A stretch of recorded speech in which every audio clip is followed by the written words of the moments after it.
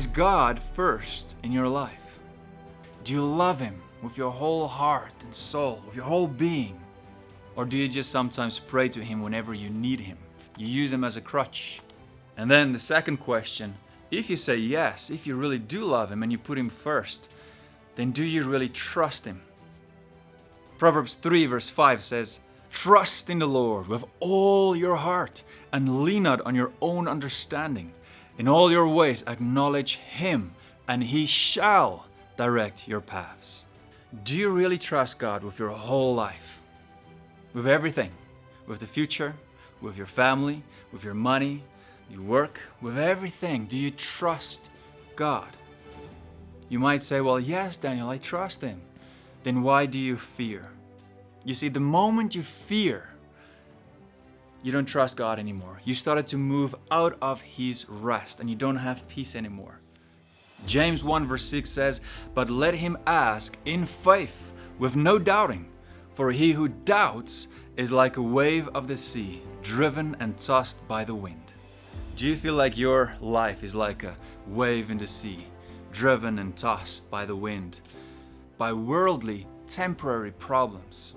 You gotta shift your focus from the problem to God that can solve everything. You know, Peter did the same thing. Let me read it to you. Matthew 14 verse 23. "And when he had sent the multitudes away, he went up on the mountain by himself to pray. Now when the evening came, he was alone there. But the boat was now in the middle of the sea, tossed by the waves, for the wind was contrary. Now on the fourth watch of the night, Jesus went to them, walking on the sea. And when the disciples saw him walking on the sea, they were troubled, saying, 'It is a ghost.' And they cried out for fear.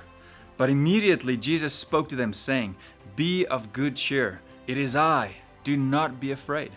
And Peter answered him and said, 'Lord, if it is you, command me to come to you on the water.' So he said, 'Come.' And when Peter had come down out of the boat, he walked on the water to go to Jesus. But when he saw the wind was boisterous, he was afraid, and beginning to sink, he cried out, saying, 'Lord, save me.' And immediately Jesus stretched out his hand and caught him, and said to him, 'O you of little faith, why did you doubt?' And when they got into the boat, the wind ceased. Then those who were in the boat came and worshipped him, saying, 'Truly, you are the Son of God.'" You see, Peter was okay. When he looked at Jesus, he was okay. He walked on the water. But the moment he changed his focus from Jesus Christ to his problems, he started to sink. It wasn't the water, it wasn't the wind that made him sink. It was his doubt, his fear. God is always there, and He will help us. That's what He promised us. We should not doubt. Our Father owns and controls everything, every little thing in this universe. He knows the number of hair on your head, and He can change your life in an instant.